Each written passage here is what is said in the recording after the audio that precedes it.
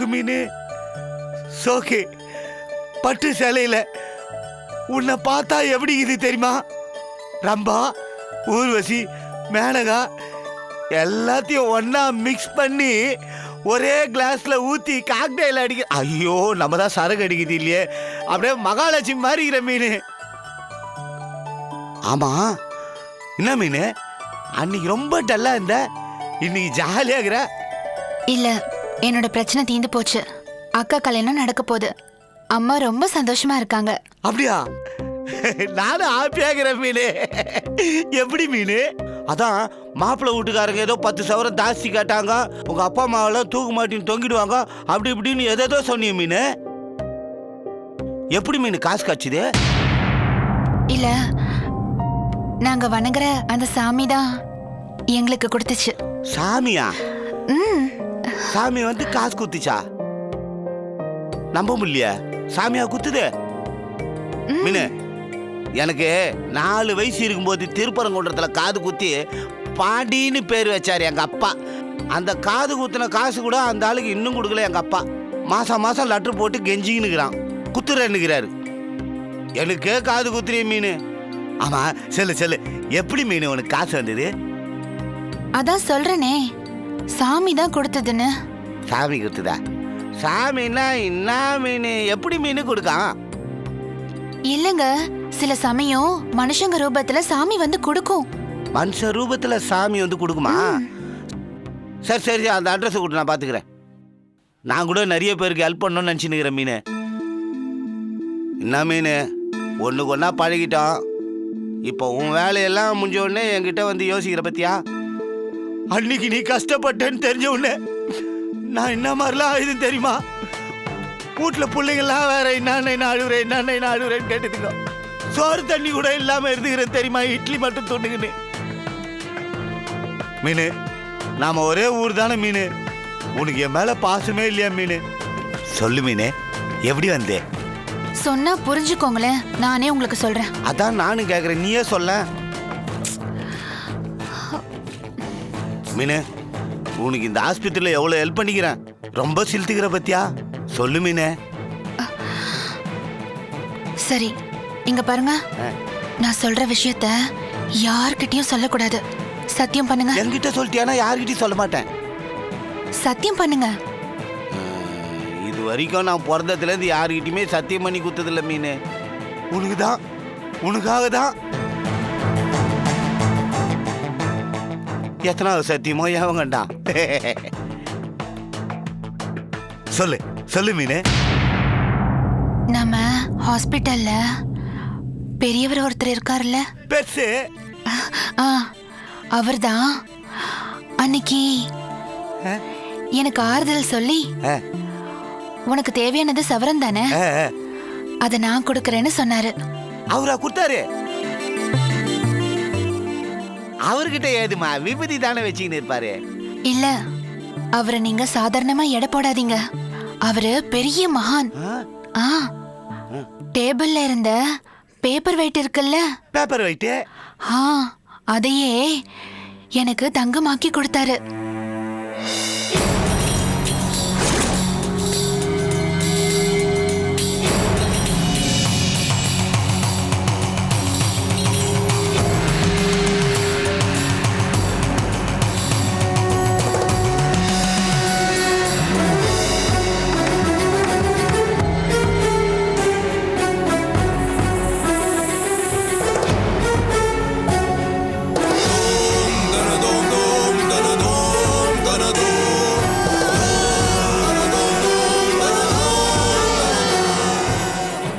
தங்கமாக்கி குத்துட்டாரா? மீனு, என்ன மீனு சொல்ற? டேபிள் மேல இருக்கிறத ஏத்து தங்கமாக்கி குத்துட்டாரா? சரி, சாமியாருங்கெல்லாம் ஏதோ ரசம் பண்ணி இதெல்லாம் தங்கமாக்குவாங்களா, அந்த மாதிரியா? அந்த வித்தியா பேச்சுக்கு தெரியும்? ஐயோ பேச்சு, நேத்து வந்து மீனுக்கு ஹெல்ப் பண்ற பாவி மவன். அட்மிட் ஆனதுல இருந்து நீ கேட்டதெல்லாம் வாங்கிட்டு வந்து குத்துனுக்கிறனே மீனே. ரொம்ப சந்தோஷமாகுது மீனே. மறக்காம கல்யாணத்துக்கு வந்துருங்க. வந்துருங்க. என்ன எனக்கே பத்திரிக்கையா? வரேன். வர மீனு வரேன். பெருசு எனக்கு ஒன்றும் பெருசா ஆசையெல்லாம் கிடையாது. வீட்டு பின்னாடி பழைய அம்மிகள் ஒன்று இவ்வளோ பெருசுக்குது. அத்தை நீ மாத்திரம் தங்கமாக்கி குத்திட்டியானா போதும். கொஞ்சம் கொஞ்சம் கொஞ்சமா சுரண்டி குழந்தைங்களுக்கு பிஸ்கட் வாங்கி குத்தின்னு இருப்பேன். அவ்வளோதான். இந்த பாண்டிக்கு வேற என்ன ஆசை பெருசு? பாண்டிக்கு வேற என்ன ஆசை பெருசு? கொழுவி எடுத்துன்னு வச்சா வர, கொழுவியோட வர.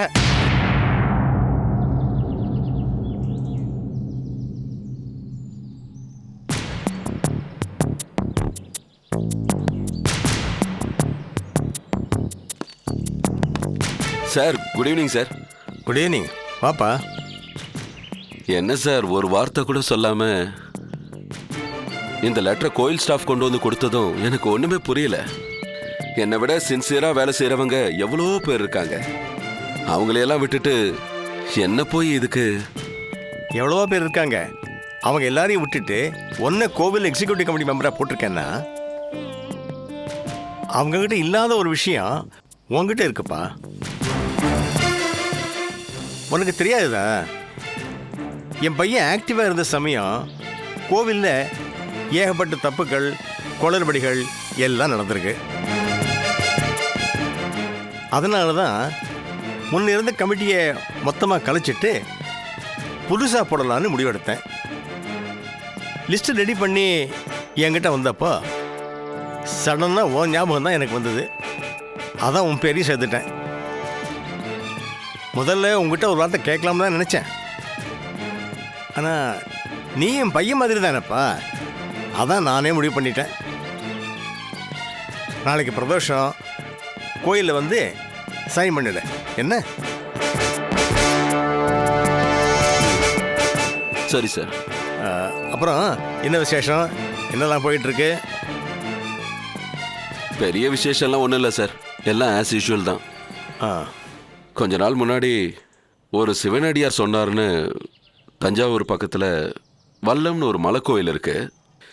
நானும் நம்ம குருக்கள் சதாசிவம் சம்சாரமும் அங்கே போயிருந்தோம். பிரதோஷத்துக்கா? ஆமாம் சார். அங்கே போனாக்கா சுவாமியே இல்லை.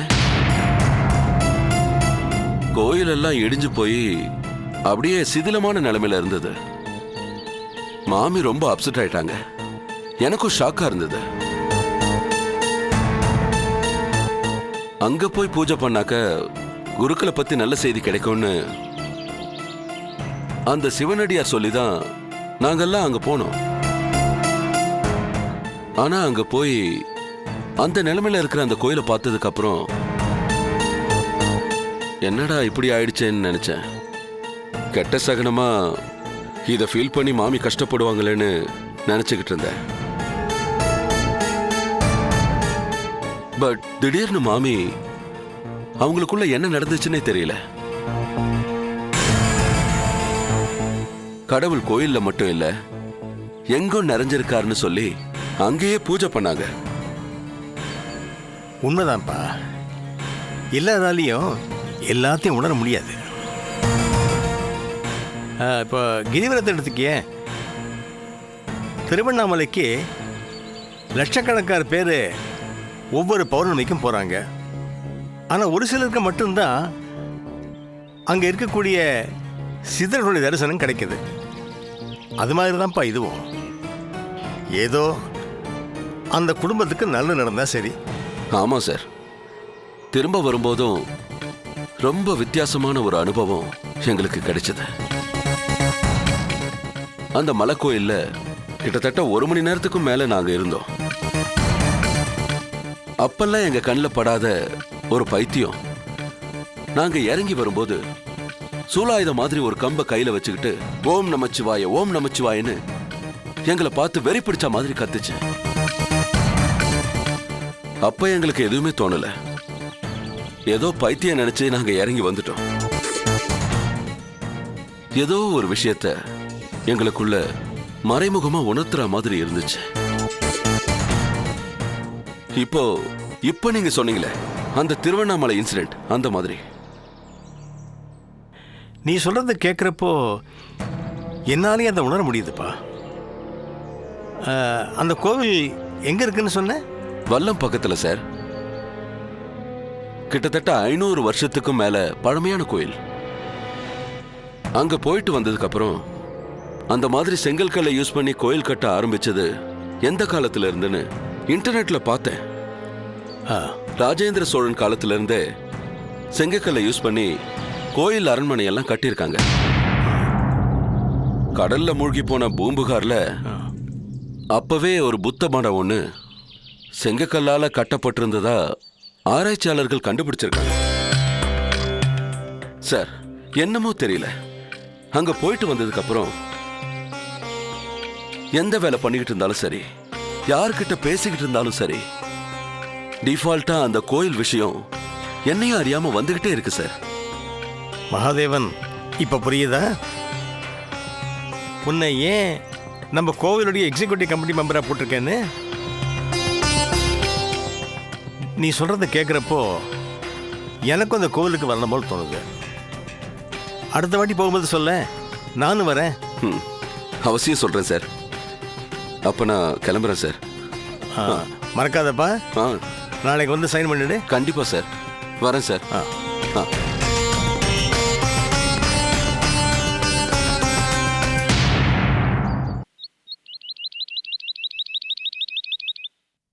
பாண்டியண்ணா, அண்ணா பாண்டியண்ணா, வர இருடா. அது நம்ம சீஃப் டாக்டர் இல்லடா. ஆமாண்ணா. அவர் ஒரு முக்கியமான வேலை விஷயமா அனுப்பிச்சிட்டாருடா. அப்படியா? வெயில சுத்தி அலைஞ்சி போரும் ஆகி போச்சு. சரிண்ணே. என்ன விஷயம் சொல்லு. அந்த பரணி இருக்கானே ரொம்ப மோசண்ணே. இந்த மாதம் சீட்டுக்கு பிச்சை காசு 1000 ரூபா தரணுண்ணே. அவனுக்கு சம்பளம் வாங்கி தரேன்னு சொன்னேண்ணே. விடா பிடிவாதமா சேட்டு கடையை கூட்டிகிட்டு போய் என் மோதிரத்தை அடகு வச்சு பணத்தை வாங்கிட்டானே. கல்யாண மோதிரண்ணே அது. டேய், அது சீட்டு பிடிச்சவன் 10 பேர் பதில் சொல்ல தேவையில்ல. அறிவு கட்ட மாதிரி பேசிக்கிற. அவன் சட்டையை பிடிச்சின்னு கேட்க மாட்டான். விளையாடுறான். ஆமா, இது மோதிரம். டேய், இது டேய், இந்த வாட்சி செயினோட மோதிரம் வச்சிருந்தாடா. இந்த பாத்தியாடா? டேய் டேய் அண்ணே, ஐயோ நான் பார்க்கலண்ணே. என்னண்ணே என் மேலே சந்தேகப்படுற? நல்லா ஞாபகப்படுத்தி பாருண்ணே. இன்னைக்கு போட்டு வந்து என் கையில். டேய், அப்புறம் என் வாயில அசிங்கமா ஒரு வச்சு வாயில வச்சிருவேன். ஏடா, என் கல்யாணத்து அன்னைக்கு போட்ட மோதிரம்டா அது. எப்பேற்பட்ட கஷ்டம் வந்தாலும் அந்த மோதிரத்தை நான் கேட்டதே கிடையாதுடா. சரக்கு அடிக்கிறதுக்கு காசு இல்லாட்ட கூட அவங்ககிட்டயாவது கையில காலில் ஊந்து கெஞ்சி கூத்தாடி சரக்கு வச்சு வருவேன்டா. இப்ப என்னடா பண்றது? ஐயோ, இங்க தாண்டா எங்கேயோ வச்சிருந்தேன். ஏடா டேய், நான் இல்லாத நேரத்தில் பண்ணாடிங்க ஏதாவது இங்க வந்ததுங்களாடா?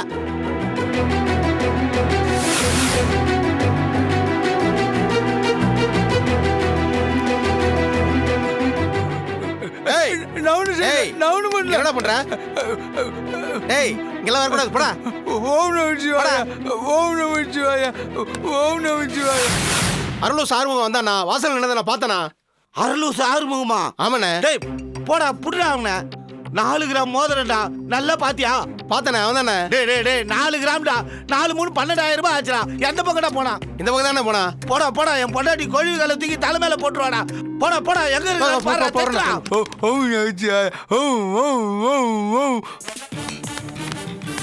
அண்ணே, கையில ஏதோ மடக்கி வச்சிருக்க. மடக்கி வச்சு அப்பயே கையை மடக்கி வேண்டித்தான். எனக்கு என்ன தெரியும்? ஐயோ,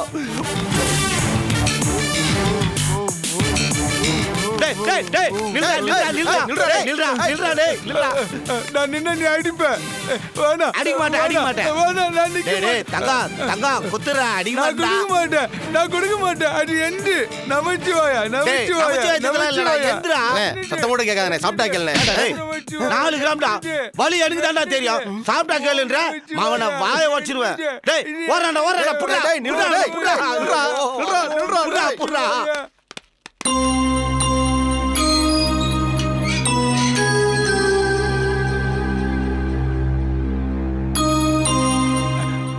யார்கிட்ட சொல்ல நான் போய் வச்சுக்கிறேன். என்ன பண்ற? டேய் வா, இங்க வா. அப்படியே வா. டேய் உசாராரு. சரிண்ணே. டேய் ஒழுங்கு மரியாதையா கைய காட்டு இல்லனா கரண்ட் சாக்கு வச்சிருவேன். கரெக்ட் வேண்டாம் கரெக்ட் வேண்டாம் டேய் கரெக்ட் வேண்டாம். அப்ப ஒழுங்கா காட்டுறா. டேய் வெறுங்கைய வச்சுக்கினா எங்களோட ஓடி பிடிச்சி விளையாடி இருந்தா எதுக்குடா அப்படி பண்ண? சும்மா சும்மாவா? டேய் என் கல்யாணம் தண்ணிக்கு போட்ட மோதிரம்டா.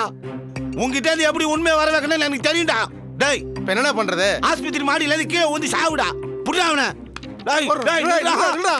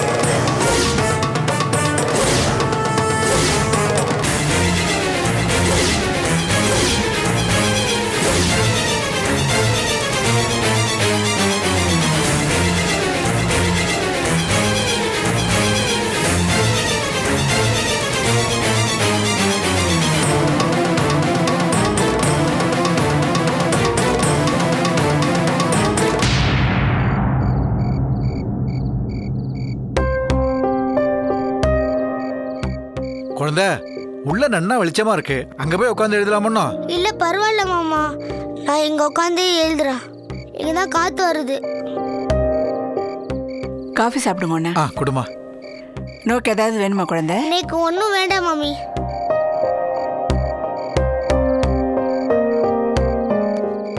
வணக்கம் சார். வாங்க சார், உட்காருங்க. காபி சாப்பிட்றீங்களா? பரவாயில்ல, இருக்கட்டும். ஆமா, நான் குருக்கள் வீட்டு வரைக்கும் போயிருந்தேன். மாமி அங்க இல்லையா? ஆமா, இங்கதான் வந்திருக்கா. இதோ பக்கத்துல மார்க்கெட் வரைக்கும் போயிருக்கா. ஓ சரி. நாளை காலையில அந்த வல்லம் கோயிலுக்கு போகணும். நான் காலையில ஒரு 7 மணிக்கு வந்துடுறேன். சரி. மாமி கிட்ட மறக்காம சொல்லிடுங்க. சொல்லிடுறேன். ஆமா, நீங்கெல்லாம் வர இல்லையா? இல்ல, நாங்க வரல. ஓ, நான் சொல்றேன்னு தப்பா நினைச்சுக்காதீங்க. அங்க கோயிலும் இல்ல, சாமியும் இல்ல. அங்க போறதுனால என்ன யூஸ் இருக்குன்னு நினைக்கிறேன்? இங்க பாருங்க, ஒவ்வொருத்தருக்கும் ஒரு நம்பிக்கை இருக்கு. அந்த நம்பிக்கையை நாம மதிக்கணும். இப்போ மாமி அங்க போனா நல்லது நடக்கும்னு நினைக்கிறாங்க. போயிட்டு தான் வரலாமே. அங்க போறதுனால நாம ஒன்றும் இழக்க போறது இல்லையே. சரி, நான் கிளம்புறேன். கொஞ்சம் மறக்காம சொல்லிடுங்க. சரி, சொல்லிடுறேன். ஒன்றும் சாப்பிடாம போறல, காப்பியாவது சாப்பிடுங்களா? இல்ல பரவாயில்ல, இன்னொரு நாளைக்கு வரேன். சரி, வாங்க. வரேங்க. வாங்க.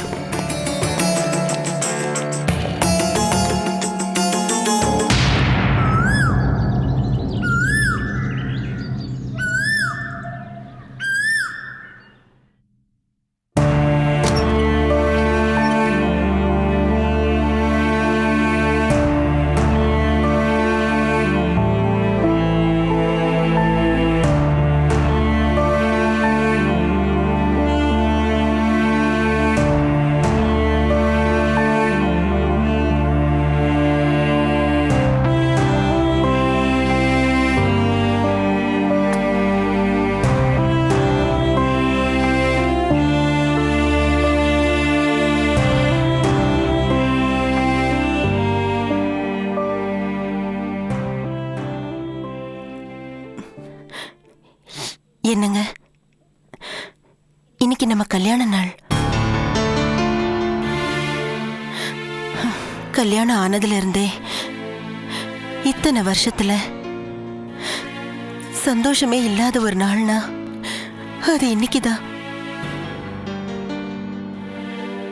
முன்னெல்லாம் ஒரு வாரத்துக்கு முன்னாடியே நீங்க என்கிட்ட என்ன வேணும் என்ன வேணும்னு கேட்டு என்னை வெளியில கூட்டிட்டு போய் எனக்கு பிடிச்சதெல்லாம் வாங்கி கொடுத்து பசங்களோட எவ்வளவு சந்தோஷமா கொண்டாடி இருக்கோம். மாமா கூட அன்னைக்கு காத்தாலேயே கோவில்ல விசேஷ பூஜைக்கெல்லாம் ஏற்பாடு பண்ணி அநாத ஆசிரமத்துக்கெல்லாம் கூட்டிட்டு போய் நம்ம கையாலேயே குழந்தைங்களுக்கும் பெரியவங்களுக்கும் சாப்பாடு கொடுக்க வச்சு அவங்க கையாலேயே ஆசீர்வாதம் பண்ண வைப்பாரு. சாயந்தரத்துல விசேஷமா சுமங்கலி பூஜைக்கெல்லாம் ஏற்பாடு பண்ணி சுமங்கலிங்க நிறைய பேரை வர வச்சு அவங்க எல்லாம் சந்தோஷப்படுற மாதிரி தாம்பூலம் சீர் எல்லாம் கொடுத்து நம்ம 2 பேரையும் ஆசீர்வாதம் வாங்க வைப்பாரு.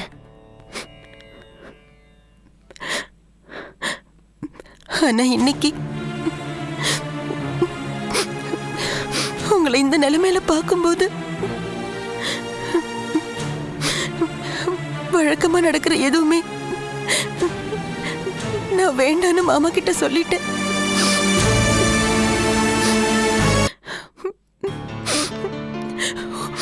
ஊருக்கும் உலகத்துக்கும் நீங்க எப்படியோ, ஆனா எனக்கும் என் குழந்தைங்களுக்கும் நல்ல கணவராகவும் அன்பான அப்பாவாவும் இருந்திருக்கீங்க. அந்த ஈஸ்வரன் புண்ணியத்துல அடுத்த கல்யாண நாளுக்குள்ள உங்களுக்கு நல்லபடி ஆயிடணும். அதுதான் என் ஆசை, என் பிரார்த்தனை.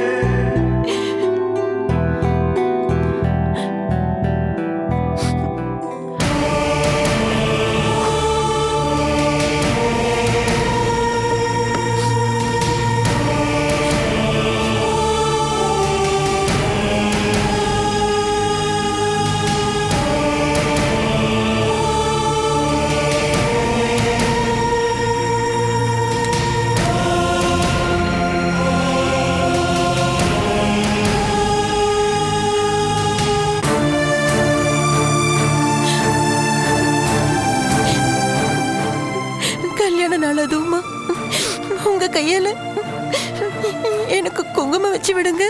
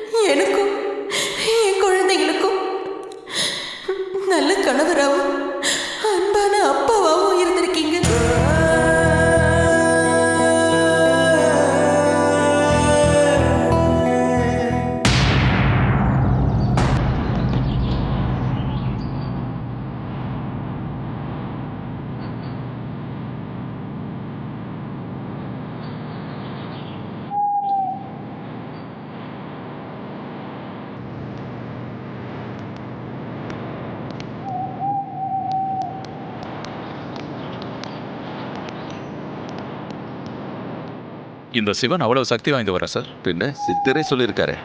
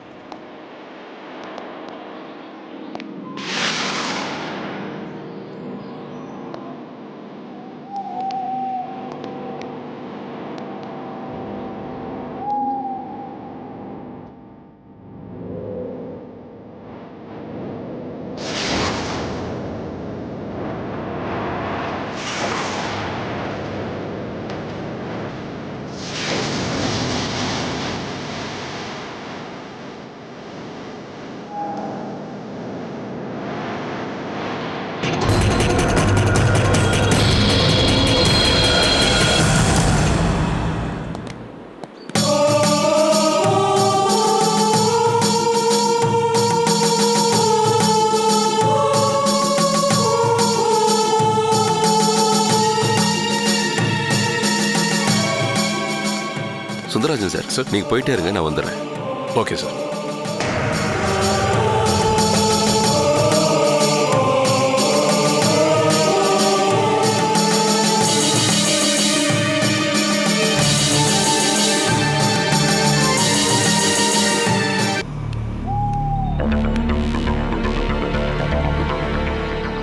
என்னாச்சு மாமி? ஒன்றும் இல்லை. இல்லை, என் கூடவே நடந்து வந்துட்டு இருந்தீங்க, திடீர்னு ஸ்லோ ஆயிட்டீங்க. என்ன முடியலையா? ஏதாவது ப்ராப்ளமா? சொல்லுங்க மாமி, தயங்காதீங்க.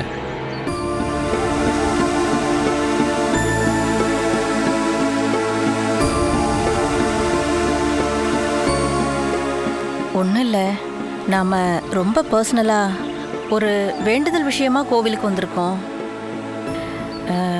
இதுக்கு எதுக்கு எஸ்ஐ கூட வரணும்?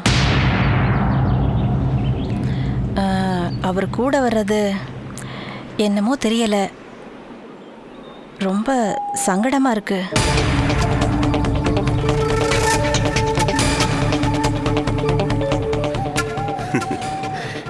இதுக்கு அவ்வளவு தயங்குறீங்க? சுந்தரராஜன் சார் கிட்ட யதார்த்தமா இதை சொன்னதும் அவரும் இந்த கோயிலை பார்க்கணும்னு ரொம்ப ஆசைப்பட்டாரு. சொல்லப்போனா அவருக்கு என்னை விட சாமி பக்தி ரொம்ப அதிகமாமே.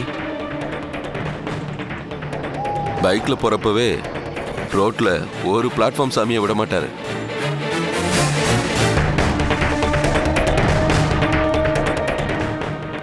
இன்ஃபேக்ட் நீங்க வரீங்கன்னதும் அவர் வர்றதுல உங்களுக்கு ஆட்சேபனை இருக்கான்னு உங்கள்கிட்ட கேட்க சொன்னார். நான் தான் சொன்னேன் அதெல்லாம் ஒன்றும் இல்லைன்னு. மாமி, பொதுவா கோயிலுக்கு 1000 பேர் வருவாங்க போவாங்க. ஆனா நம்மளோட கவனம் சுவாமி மேலதான் இருக்கணும். போலாம். வாங்க.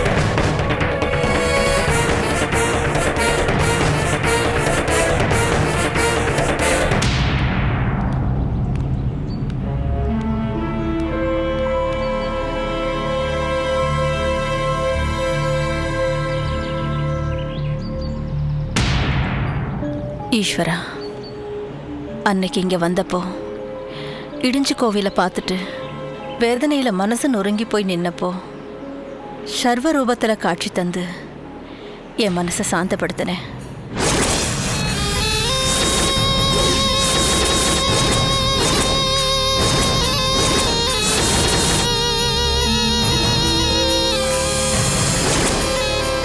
நான் எங்கேயும் எதுலேயும் நிறைஞ்சிருக்கேன்னு எனக்கு காட்சி பூர்வமா காமிச்ச. கூடிய சீக்கிரம் என் கணவரையும் என் கண்ணில் காட்டுப்பா.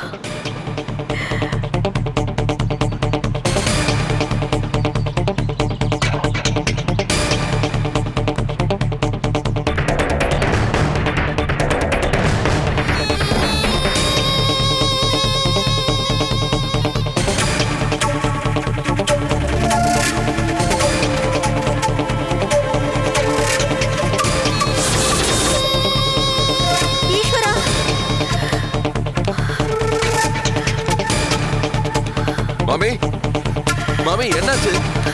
மாமி ஏன் ஓடுறீங்க?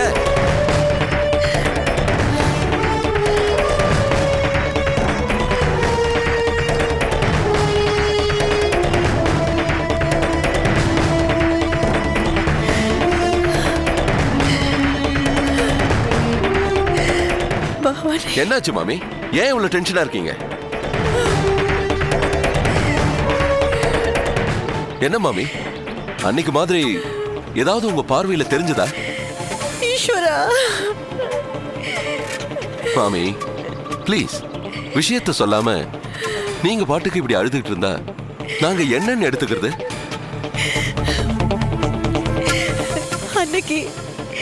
அன்னைக்கு நாம அபிஷேகம் பூஜை எல்லாம் பண்ணினோமே, அந்த சுவாமியை காணல.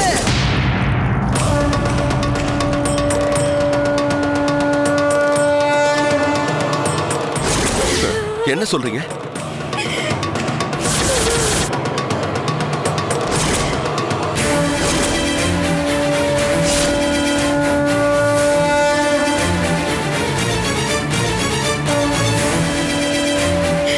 எனக்கு ரொம்ப பயமா இருக்கு. நான் ஏதோ தப்பு பண்ணிட்டேனோன்னு. அன்னைக்கு நான் பூஜை பண்ணிருக்க கூடாதோ? இங்க சுவாமி இல்லாதது எனக்கு ஏதோ கெட்ட சகுனமா தோன்றது. மாமி, ஏன் அமாவாசைக்கும் அப்துல் காதருக்கும் முடிச்சு போட்டு பாக்குறீங்க? இங்க பாருங்க, இது ஏற்கனவே இடிஞ்சு போன கோயில்.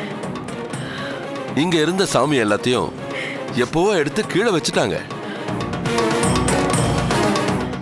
நீங்க பூஜை பண்ணது கர்ப்ப கிரகத்துல இருக்கிற மூலவருக்கு இல்ல. பிரகாரத்தை சுத்தி வரும்போது அங்கங்க இருக்கிற லிங்கங்கள்ல இதுவும் ஒண்ணு.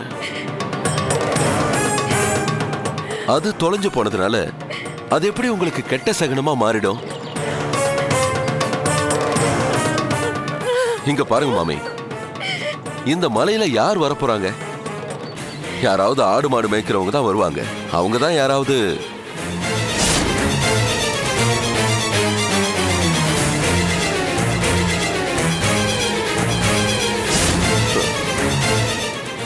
மாமி இப்பதான் ஞாபகத்துக்கு வருது.